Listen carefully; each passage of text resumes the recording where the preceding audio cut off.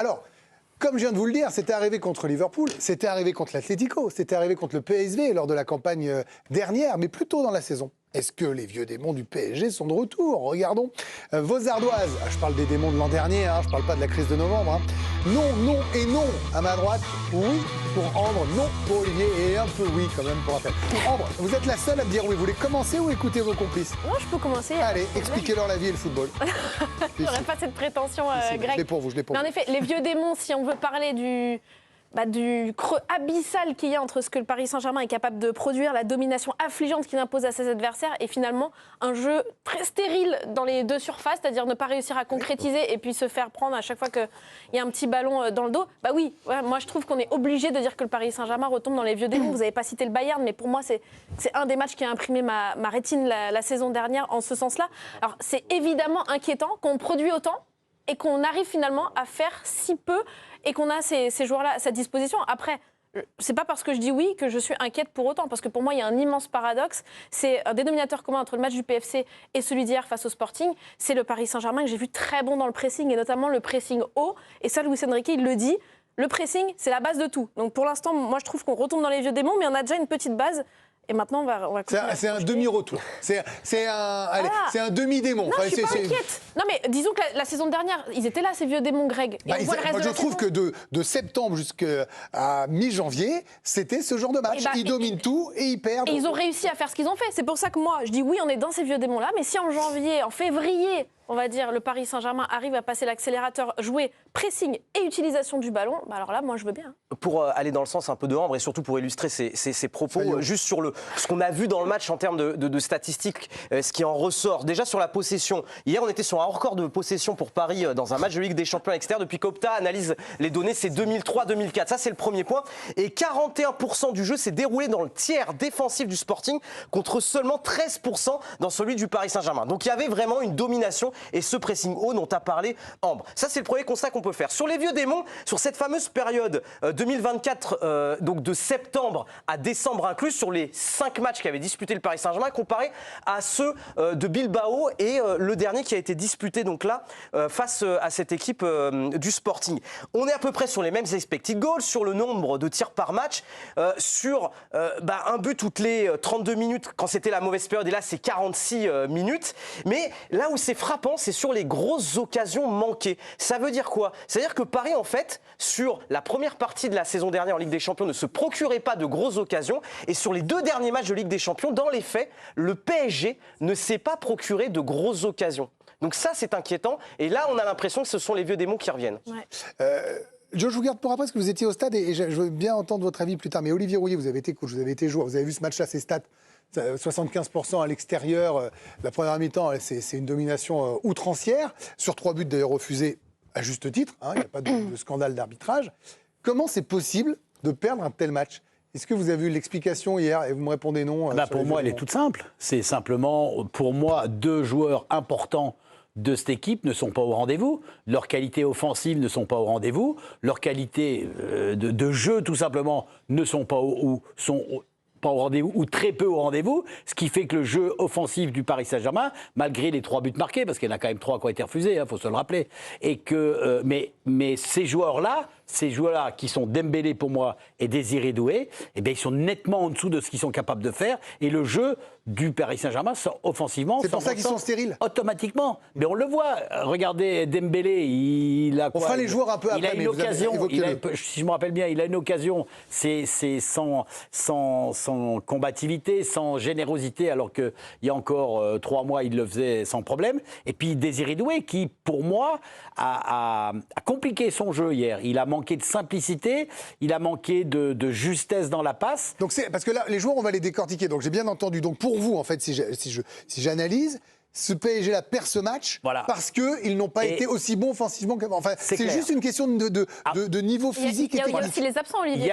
Il y a, à mon sens, un joueur essentiel qui manque au CDVS. Ah oui, le petit jeune. Vous allez me dire Hakimi, mais non, c'est Neves. Je pense le petit au milieu de terrain, mais c'est dramatique pour Ruiz, par exemple, même pour Vitinha, que j'ai trouvé un petit peu trop porteur du ballon, Il a porté. Il se déplaçait de droite à gauche sans que le ballon lui échappe Donc des c'est mains. plutôt des défaillances individuelles, plus pour que moi- la remise en cause du coach. C'est pas évident, Luis Enrique. Pour vous, il n'a pas fait d'erreur majeure Mais hier. non, lui. mais Luis Enrique, son système, il est en place. Et la première période, c'est quand même une démonstration, les gars. Faut rester calme, quand même. Greg soulève un truc quand même intéressant. Il parle d'erreur majeure. On aura l'occasion évidemment d'en reparler, mais le fait de redécaler Warren Zaïre-Emery au milieu, alors qu'il était très Pour bon au moi, latéral droit, c'est et une celui faute. qui l'a remplacé, on va C'est pouvoir fou. en parler. Voilà. Non, mais, Ouais, moi, ça, c'est- mais oui, est-ce qu'on va avoir Zabardi là-dedans? Mais j'entends ce que vous dites, puis ça, c'est l'ancien attaquant qui parle. Mais Olivier Bossard, c'est vrai que les stats sont dingues. Je veux dire, mais on connaît assez le foot, même modestement. Et on a fait assez d'émissions pour savoir que quand une première mi-temps se passe comme ça, et même les 20 premières minutes, que ça peut tourner sur un coup de billard, hein, parce que le but qu'ils prennent, c'est une frappe foirée, qui rebondit, qui part. Voilà. Puis derrière, ça manque d'être décisif. On parlera des joueurs. Vous n'êtes pas inquiet malgré cette défaite, malgré le top 8 pas assuré, alors qu'hier, j'osais parler d'un top 2? Non, alors moi je suis peut-être reparti un peu plus loin, mais quand on dit vieux démon, pour moi c'est dès qu'il y a quelque chose qui ne va pas, tout s'écroule au PSG. Donc je remonte à la remontada, je remonte à Manchester, oui. moi je remonte à ce pas à PSG-là. Mais Il est aujourd'hui, traumatisé, non, on remonte moi il a 25 ans. non, mais je trouve que le contenu hier il était bon. Je trouve que les principes de jeu étaient en place. Ambre l'a dit, le pressing était bon. J'ai vu des joueurs en place. Pour moi, le seul souci, c'est que j'ai l'impression que c'est une équipe qui ne sent pas le danger. Et c'est une vraie erreur. Et ça se ressent c'est à cause des joueurs. Et là, C'est pas là où trop je de confiance parce que champion d'Europe, Si, parce qu'ils se peut-être. sentent intouchables? Si, Ils ont peut-être. toujours l'impression que ça va tourner dans leur sens Ah à oui, un moment donné, ouais. et Alors, que c'est bien la et que confiance, on peut jouer mais- pendant 90 minutes sans marquer. À un moment donné, ça va Mais tourner, c'est et ça aussi- n'arrive pas en ce C'est moment. aussi Luis Enrique qui leur a inculqué ça en disant Peut-être, ouais. tout va bien, même quand ça ne va pas, vous inquiétez pas, on va y arriver, on va être là. Et ça se ressent peut-être un petit peu aujourd'hui. Moi, je le vois, et c'est là où je rejoins Olivier. Désiré Doué, je le reconnais pas, il joue trop facile. Ça manque un peu de choses. Et je pense que finalement, cette défaite sera peut-être un mal pour un bien, parce que je pense que c'est une À défaite. la fameuse qui va défaite encourageante? Mais je pense que c'est vraiment une défaite qui va les piquer et qui va leur faire du mal et qui après va peut-être les faire réagir et qui vont enfin pouvoir rentrer en mode compétition. Là, je trouve que ça ronronne un petit peu, qu'on est un peu trop sûr de nos forces et on voit qu'un match peut complètement tourner. Et c'est pour ça que je suis pas d'accord avec Luis Enrique quand il dit que c'est un sport de merde. C'est tout le contraire. C'est ça qui fait que le foot est Bien chouette. sûr. C'est que même Mais c'est un quand une sport de équipe est mer. forte, C'est c'est pas pas un sport de- c'est pas un c'est pas sport le de deux. mer. C'est Essayez d'être sport un qui peu peut poli, tourner. Olivier, s'il Oui, vous plaît, pardon. quand même. Sport de mer. Il y a une faiblesse en tout cas, et ça c'est pas lié forcément au vieux démon. Il y a un problème au Paris Saint-Germain et c'est constant. C'est sur les coups de pied arrêtés défensifs que Paris ne progresse peut-être finalement pas. c'est mal dégagé. Parce que le but, le premier, il est issu d'un coup de pied arrêté. Et ben on se rend compte de quoi? C'est que c'est une constance. Le Paris Saint-Germain sur les coups de pied arrêtés défensifs n'y arrive pas. Ils encaissent quasiment toutes les saisons la saison dernière. Et c'est cette saison-là, 32% des buts sur coup de pied arrêté Ça a toujours défensif. été, hein. Oui, mais là c'est un vieux démon qui reste. Ah oui, et ça qui, reste, ils n'ont À pas l'époque, progressé. c'était pas plus Camara, etc. Oui, qui les là, travaillait vous avec remontez Thomas loin. Non mais Tuchel, il etc. les travaille, Oui, mais là, il ce que je veux travaille, dire, c'est il les qu'ils travaille, n'ont il pas les travaille, mais c'est un, progressé. Et oui, c'est un non, domaine. Et hier, ils ont encaissé un but, le premier, qui est issu d'un coup de pied arrêté. Après, moi, Giovanni, ce que dit Raph, accepter d'avoir des faiblesses quand même dans une équipe qui est quand même aussi forte, finalement, il faut bien avoir un point faible. Hier, on disait, on s'est trompé, hein, le grand retour du PSG. Hein, bon, finalement, c'est le grand retour des vieux démons peut-être. Alors, visiblement, vous me dites non. Hier, vous m'aviez dit quelque chose de très intéressant, comme d'habitude. Gentil, Greg. Non, vous me dites, on ne peut pas comparer les deux saisons. Pourtant, c'est ce qu'on n'arrête pas de faire et ce que je fais moi le premier, et même encore maintenant. Pour vous, hier, c'est un match qui ne va pas laisser de traces. À laisser des traces. C'est pas un match où ils se disent il y a un truc ils de s'en cassé. veulent. Non, un truc de cassé, sûr que non. Mais en fait, sur ce match-là, ce qui est très difficile à analyser, c'est que par exemple, si on reprend le dernier match de Ligue des Champions à Bilbao, là, j'avais trouvé ce soir-là que c'était une équipe ronronnante, qu'ils avaient eu du mal à gérer le bloc bas. D'accord. Je trouvais qu'il n'y avait pas d'intensité dans les courses. La première période, honnêtement, Ah oui, mais depuis le début de la saison, c'est la meilleure première période du Paris Saint-Germain. Dans le contenu, je parle. C'était énorme. Les buts refusés, ça veut quand même dire qu'ils mettent 3 buts. Olivier a raison de le rappeler. Maintenant, moi, hier, j'ai beaucoup regardé le comportement des joueurs. En première période, ce qu'on évoquait sur Vitinha, le fait qu'il porte trop la balle. À plusieurs reprises, il y a eu des échanges entre Fabian Ruiz et Vitinha. Et Fabian Ruiz, justement, était agacé parce qu'on n'allait Il était pas agacé, hier. voilà, de la droite vers la gauche, ce qui permet de créer des 1 contre 1 pour les ailiers. Ça, ils ne l'ont pas toujours bien fait, ce qui enraye un peu la machine parisienne.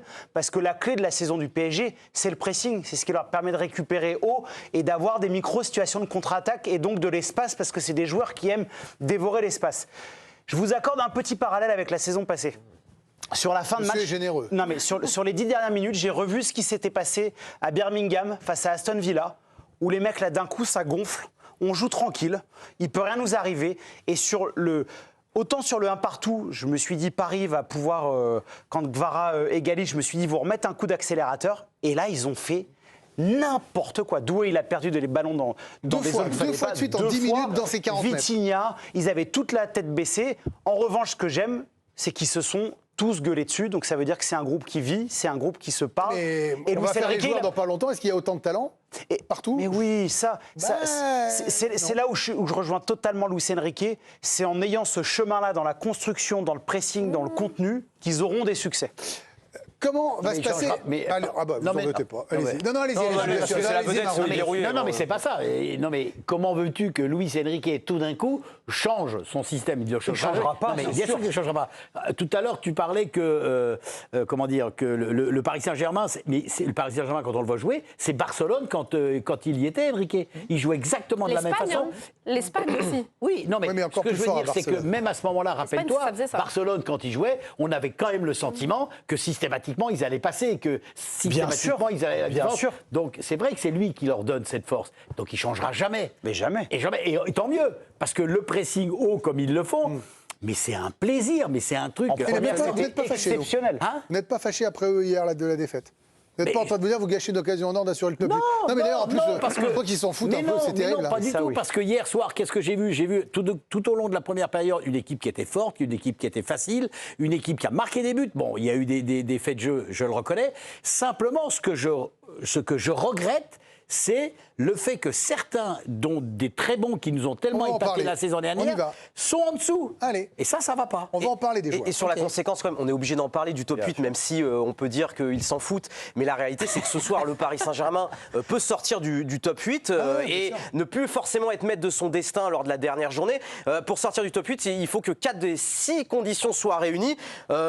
Nul de l'Atalanta, victoire de l'Atlético, victoire de Liverpool et des victoires larges de Newcastle, Chelsea et Barcelone. Donc ce soir, eh bien, ça peut offrir un suspense supplémentaire pour le Paris Saint-Germain si des conditions sont réunies qui sortent du top 8. Mais ça fait quand même un bon 95% de chance d'être top 8 s'ils battent Newcastle la prochaine fois.